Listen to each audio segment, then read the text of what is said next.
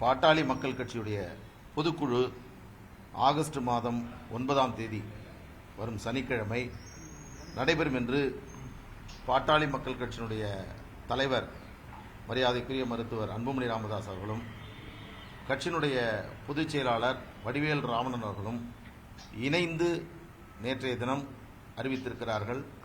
அதற்கான அறிவிப்பும் அதற்கான தகவலும் நேற்று வழங்கப்பட்டிருக்கிறது.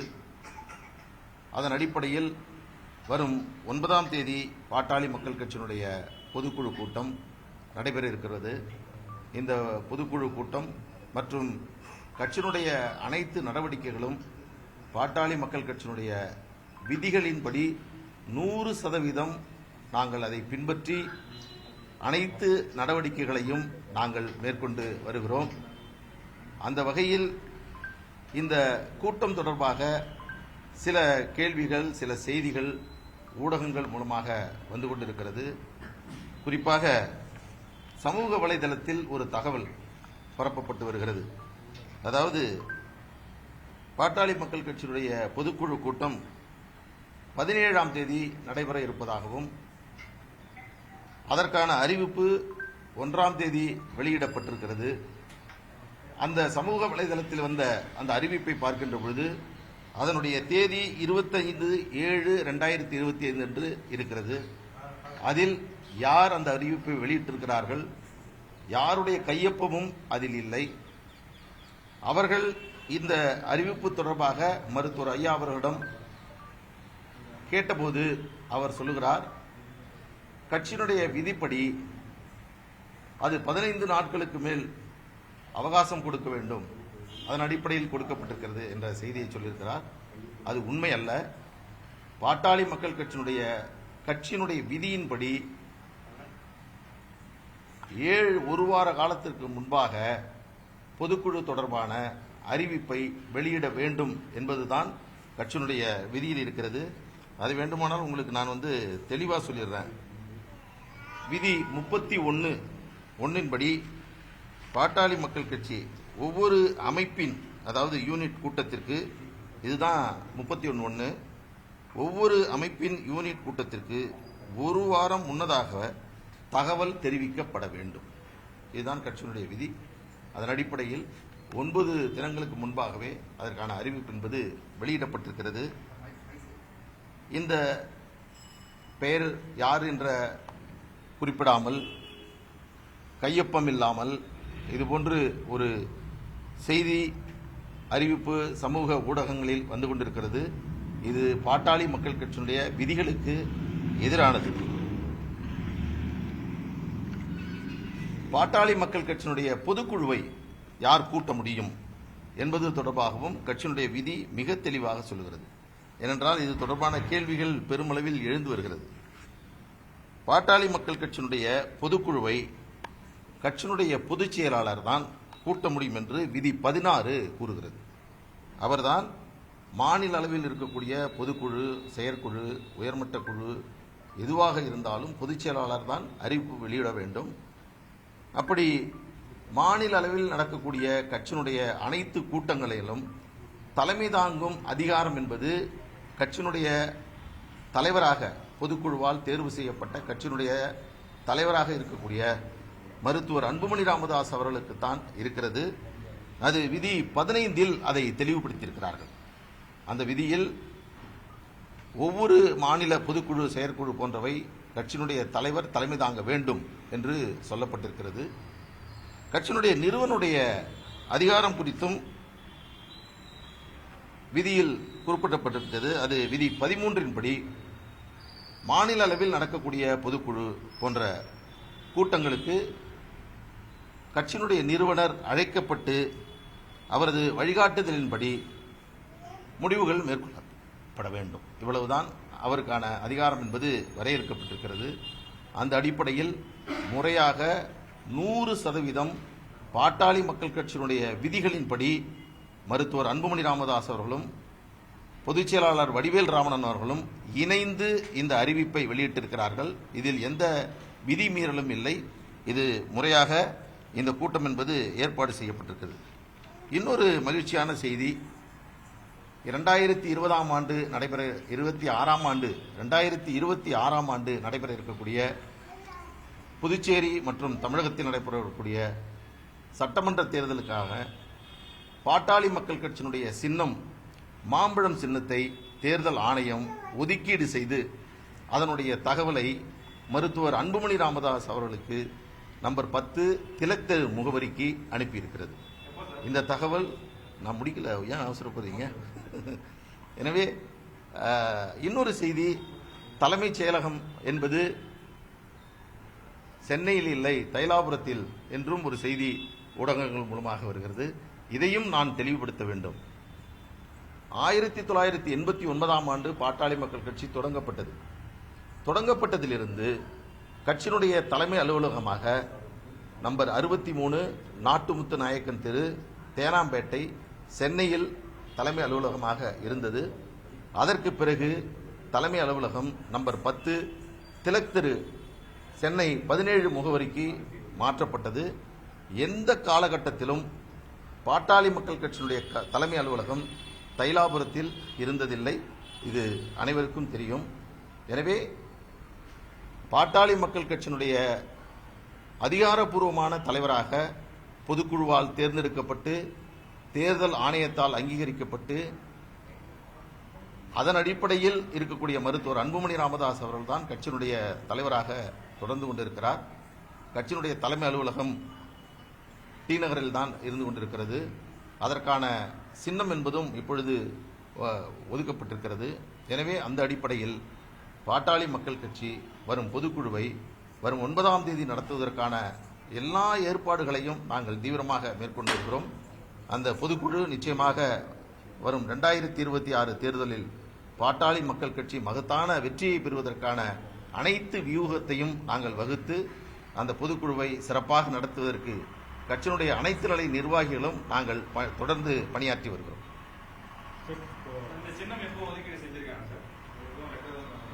அதாவது அதற்கான அறிவிப்பு என்பது எங்களுக்கு வந்திருக்கிறது. நான் இப்பொழுது அவசரமாக உங்களிடம் சந்திக்க வேண்டும் என்பதனால் அந்த தகவலை உங்களிடத்தில் பரிமாறிக்கொள்கிறேன். என்னவென்றால் ஒட்டுமொத்த கட்சியினரும் மகிழ்ச்சி அடையக்கூடியது.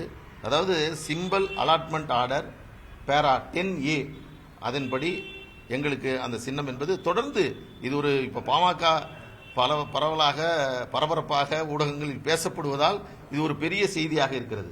எனவே இதற்கு முன்பு பாட்டாளி மக்கள் கட்சி தேர்தல் ஆணையத்தால் அங்கீகரிக்கப்பட்டு பிறகு அங்கீகாரம் இல்லை என்று சொன்னாலும் சிம்பிள் அலாட்மெண்ட் ஆர்டர் 1968 சட்டத்தின்படி பேரா 10A படி பாட்டாளி மக்கள் கட்சி தொடர்ந்து இதுவரையில் மாம்பழம் சின்னத்தை அனைத்து தேர்தல்களிலும் நாங்கள் பயன்படுத்தி வருகிறோம். அந்த அடிப்படையில் தான் வரக்கூடிய 2026 தேர்தலுக்கும் அந்த சின்னம் என்பது எங்களுக்கு ஒதுக்கப்பட்டிருக்கிறது. இது தேர்தல் ஆணையத்தினுடைய ஒரு சாதாரணமான நடவடிக்கை. அதுதான் பொதுக்குழு 9ஆம் தேதி நீங்க அறிவிச்சிருக்கீங்க. ஏற்கனவே 17ஆம் தேதின்னு ஒரு சர்க்குலர் ஓடிட்டு இருக்கு. அப்ப அது மொட்டை கடிதாசியா? அது இருக்கக்கூடிய அந்த நகல் கூட நான் உங்கள்கிட்ட காட்டுறேன். இதுல எங்கேயாவது யாருடைய கையொப்பமாவது இருக்கான்னு பாருங்க. யார் இதை அனுப்புனாங்க? இந்த கடிதம் அனுப்ப அதிகாரமுடையவர் யார்? இதனுடைய தேதி 25ஆம் தேதி என்று போட்டிருக்கிறது. கொடுத்திருக்கிறது நேற்று தான் வந்திருக்கு. எனவே இது போன்ற குழப்பங்கள் இருக்கிறது. இது இன்னும் சொல்ல போனால் சமூக வலைதளத்தில் ஏதோ கசிய விடப்பட்டு வந்ததை போன்று நேற்று வந்திருக்கிறது. எனவே அது ஒரு முக்கியத்துவமானதல்ல. அதற்கு பெரும் முக்கியத்துவத்தை நாம் தர தேவையில்லை. பாமக நிறுவனர் ராமதாஸ் அவர்களுக்கு எந்த அதிகாரமும் இல்லையா பொதுக்குழுவை நிறுத்துவதற்கு? பொதுக்குழு எந்த பொதுக்குழு நிறுத்துறதுக்கு நீங்க அழைப்பு விடுத்திருக்கக்கூடிய 9ஆம் தேதி நிகழ்வு உங்களுக்கு அவருடைய அனுமதி இல்லாமல் நடக்குதுன்னு சொல்றாரு. அதுக்காக கேட்கிறேன். உங்களுக்கு நான் தெளிவுபடுத்திட்டேன். மருத்துவர் ஐயா அவர்கள் கட்சியினுடைய நிறுவனர் என்பதில் மாற்று கருத்தில்லை. மருத்துவர் நிறுவனருக்கு கட்சியில் என்ன அதிகாரம் என்பதையும் உங்கள்கிட்ட தெளிவுபடுத்திட்டேன். ஒட்டுமொத்த பாட்டாளி மக்கள் கட்சியோட விதியிலேயே நிறுவனருடைய அவருடைய பங்கு அவருடைய செயல்பாடு என்பது நான் சொன்ன அந்த ஒரே ஒரு இடத்துல மட்டும்தான் வருது. அவர் அழைக்கப்படணும், அவருடைய வழிகாட்டுதலின்படி முடிவுகள் மேற்கொள்ளப்படணும். அந்த கொடுக்கக்கூடிய ஆலோசனைகள் செய்திகள் அதை பொதுக்குழு ஏற்கவும் செய்யலாம், நிராகரிக்கவும் செய்யலாம். அது ஒரு நிச்சயமாக பின்பற்ற வேண்டியது என்று இல்லை. எனவே இதெல்லாம் ஒரு தெளிவுபடுத்துவதற்காகத்தான் இந்த விஷயங்களை நான் சொல்லிட்டே இருக்கேன். தொடர்ச்சியாக பார்த்தீங்கன்னா பல்வேறு செய்திகள் தினமும் திடுக்கிடக்கூடிய செய்திகளாக வந்த வண்ணமே இருந்துட்டு இருக்கு. அதனால பாட்டாளி மக்கள் கட்சியினுடைய விதிகள் பல பத்திரிகையாளர்களிடம் இருக்கும், பலருக்கும் இது தெரிந்த விஷயம்தான். ஆனாலும் கூட தினந்தோறும் முன்னணி ஊடகங்கள், முன்னணி செய்தித்தாட்கள் கட்சியினுடைய உண்மையான தன்மை, உண்மையான நிலைக்கு எதிரான பல்வேறு செய்திகள் வந்து கொண்டிருக்கிறது. அதை தெளிவுபடுத்துவதற்காகத்தான் இந்த செய்தியை உங்களிடத்தில் நான் பரிமாறுகிறேன். பொதுக்குழுல அவர் பங்கேற்காவிட்டாலும் பொதுக்குழு நடக்கும், அது வழக்கமான ஒன்று. பாருங்க, நான் முன்னாடியே சொன்னேன், இந்த பொதுக்குழுவினுடைய அனைத்து பொதுக்குழு நிர்வாகிகளுக்கும், பொதுக்குழுவில் கலந்து கொள்ள அதிகாரம் உள்ளவர்களுக்கும் இந்த அறிவிப்பு என்பது வரும், அனுப்பப்படும். அதுவே அந்த விதிகளுக்கு உட்பட்டு அத்தனையும் நடக்கும். அதில் எந்த மாற்றமும் இருக்காது. அதில் நீங்கள் எந்த ஒரு சிறு விதிமீறல் கூட எங்களுடைய மொத்த நடவடிக்கையிலுமே நாங்கள் தொடர்ச்சியாக பல்வேறு பரபரப்பான செய்திகள் வந்தாலும் கூட எங்களுடைய பயணம் என்பது நிதானமாக இருக்கிறது. விதிகளின்படி செயல்படுகிறோம், சட்டத்தின்படி செயல்படுகிறோம். எனவே இதில் வந்து எந்த விதிமீறலும் இல்லை. டாக்டர் ராமதாஸ் அவர்களுடைய இல்லத்துல ஒட்டு கேட்பு கருவியை வச்சது அன்புமணி அவர்கள் தான் சொல்லி இன்னைக்கு டாக்டர் ராமதாஸ் பேட்டியில சொல்லியிருக்காரு. அவரு ஐயா மதிப்புக்குரியவர், மரியாதைக்குரியவர், அவரை பற்றி நம்ம சொல்லக்கூடாது. ஆனால் இந்த ஒட்டு கேட்பு கருவி தொடர்பாக பல்வேறு முரண்பாடான செய்திகளை மருத்துவர் ஐயா அவர்கள் தொடர்ந்து சொல்லி வருகிறார். தொடக்கத்தில் பார்த்தீங்கன்னா யாரோ வச்சுட்டாங்க, பிறகு பத்திரிகையாளர் நீங்கள் கூட வச்சிருக்கலாம் அப்படின்னு சொன்னார். அப்புறம் இதை கண்டுபிடிப்பதற்காக தனியார் நிறுவனத்தில் கொடுத்துருக்கேன்னு சொன்னார். அதற்கு பிறகு புகார் கொடுத்திருக்கிறாரு. நான் 2 அறிக்கைகளை வெளியிட்டிருக்கிறேன். முதல் அறிக்கை, இதன் பின்னணியில் இருக்கக்கூடியவர்கள், இதற்கு காரணமானவர்கள், இந்த ஒட்டு கேட்பு கருவியின் மூலமாக அங்கிருந்த சாதனத்தின் மூலமாக தகவலை பெற்றவர் யார் என்பதை கண்டறிந்து அவர்கள் சட்டத்தின் முன் நிறுத்தப்பட வேண்டும் என்பதை. ஏனென்றால் தமிழ்நாட்டில் மிக மூத்த தலைவர், முக்கியமான தலைவர், லட்சக்கணக்கான தொண்டர்களால் மதிக்கப்படக்கூடிய ஒரு தலைவர். எனவே அவர் வீட்டில் இப்படி ஒன்று நடந்திருக்கிறது என்று சொன்னால் அதற்கு காரணமானவர்கள் யாராக இருந்தாலும் அவர்கள் சட்டத்தின் முன் நிறுத்தப்பட வேண்டும் என்ற சொன்னோம். எனவே இப்ப இந்த மாதிரி சொல்லியிருக்கிறாரு. இதை புகார் கொடுத்த காவல்துறையினர் அது குறித்த தகவல்களை அவர்கள் வெளியிட வேண்டும். அதுதான் சரியா இருக்கும். நான் விளக்கம் தான் சொல்றேன், மறுப்பு அல்ல. ஏன்னா முதல்ல என்ன சொன்னாரு, அதற்கு பிறகு நாங்க 2 அறிக்கைகள் கொடுத்திருக்கோம். எனவே அது யாரால் வைக்கப்பட்டது என்பது இதனுடைய புலன் விசாரணை செய்யக்கூடிய சைபர் கிரைம் போலீசார் வந்து விழுப்புரம் போலீசார் விசாரிச்சிருக்காங்க. அவங்க அதை சொல்லட்டும், அதற்கு அது கண்டுபிடிக்கணும். அதுதான் தேர்தல் நெருங்குது சார். பாமகவினுடைய தலைவராக அன்புமணி இருக்கிறாரு. அவருடைய அப்பாவே வந்து அவர் மேல ஒரு குற்றச்சாட்டு வைக்கிறது பொதுமக்கள் மத்தியிலும் உங்களுக்கு வாக்களிக்கக்கூடிய வாக்காளர் மத்தியிலும் ஒரு அவநம்பிக்கையா இருக்காதா? அன்புமணி அவருடைய பெயருக்கு ஒரு களங்கம் ஏற்படுற மாதிரி இருக்காதா? தொடர்ச்சியா இது மாதிரி தகவல்கள் வருது. எனவே இது வந்து நான் வந்து அதிகமாக பெரிதுபடுத்தி அதற்கான எல்லா மருத்துவர் ஐயா அவர்கள் சொல்லக்கூடிய எல்லா செய்திகளுக்கும் விளக்கம் சொல்வது என்பது என்னுடைய அளவிற்கு அது பொருத்தமாக இருக்காது, அது முறையாகவும் இருக்காது. அதனால இதோடு அந்த ஒட்டுக்கேட்பு சம்பந்தமான விஷயத்தை நம்ம வந்து முடிச்சுக்கலாம். சார், அப்புறம் தர்மபுரியில வந்து எம்ஆர்கே பன்னீர்செல்வம் அவர்கள் உங்க கட்சி தலைவரை ரொம்ப அவமதிக்கக்கூடிய வகையில கருத்து சொல்லியிருக்காரு. எதை மீட்கிறதுக்கு ஒரு உரிமை மீட்பு பயணம் போறாரு, எதை உரிமை மீட்க போறாருன்னு கேட்டிருக்காரு. இதுல இன்னும் கூடுதலானது அந்த செய்தியை பார்த்தேன். ஜி.கே. மணி அவர்கள் வந்து பாத்தீங்கன்னா கட்சியினுடைய ஆமா அந்த கௌரவ தலைவராக இருந்து நீண்ட காலம் பாட்டாளி மக்கள் கட்சியினுடைய தலைவராக இருந்த மரியாதைக்குரிய ஜி.கே. மணி அவர்கள் மேடையில் இருக்கின்ற பொழுது அவர் இந்த தகவல்களை சொல்லுகிறார். அதை பார்த்து இவர் சிரித்துக் கொண்டிருக்கிறார். பாட்டாளி மக்கள் கட்சியும் கட்சியினுடைய தலைவர்களையும் அவர் கிண்டல் செய்து கேலி செய்து அவர் பேசுகிறார் என்பதை கூட அவர் உணர்ந்து கொள்ளாமல் அவர் சொல்வது என்பது கொஞ்சம் சற்று மனசுக்கு நெருடலாகத்தான் இருக்கிறது. எதை மீட்பதற்காக அன்புமணி ராமதாஸ் அவர்கள் தமிழகத்தில் நடைபெறம் மேற்கொள்கிறார் என்று ஒரு எம்ஆர்கே பன்னீர்செல்வம் அவர்கள் கேள்வி எழுப்பியிருக்கிறார். ஒட்டுமொத்த தமிழக மக்களையும் திராவிட முன்னேற்ற கழகத்தினுடைய பிடியிலிருந்து மீட்டெடுப்பதற்காக, தமிழக மக்களுக்கு ஒரு விடிவை ஏற்படுத்துவதற்காக மருத்துவர் அன்புமணி ராமதாஸ் அவர்கள் இந்த பயணத்தை மேற்கொண்டு வருகிறார். நிச்சயமாக அவருடைய பயணம் என்பது வெற்றி பயணமாக முடியும். திராவிட முன்னேற்ற கழகத்தினுடைய கோரப்பிடியிலிருந்து தமிழக மக்கள் மீட்டெடுக்கப்படுவார்கள். அதை மீட்டெடுக்கும் பணியை அன்புமணி ராமதாஸ் அவர்கள் சிறப்பாக செய்து கொண்டிருக்கிறார். இன்றைக்கு கூட திருத்தணியில் தன்னுடைய பயணத்தை காலை தொடங்கினார். அதைத் தொடர்ந்து அரக்கோணம் பகுதியில் இன்று நடைபயணத்தை மேற்கொள்கிறார். நாளை ராணிப்பேட்டை போன்ற பகுதிகளில் பயணம் மேற்கொண்டு வருகிறார். உங்களுக்கு கூட தெரியும், அவர் செல்லக்கூடிய எல்லா இடங்களிலும் வழக்கமாக வரக்கூடிய கூட்டங்களை விட கூடுதலான கூட்டங்கள், பெரும் அளவில் தொண்டர்கள், பொதுமக்கள், பெண்கள், மாணவர்கள் என்று பெருமளவில் அந்த கூட்டத்தில் கலந்து கொண்டு இருக்கிறார்கள்.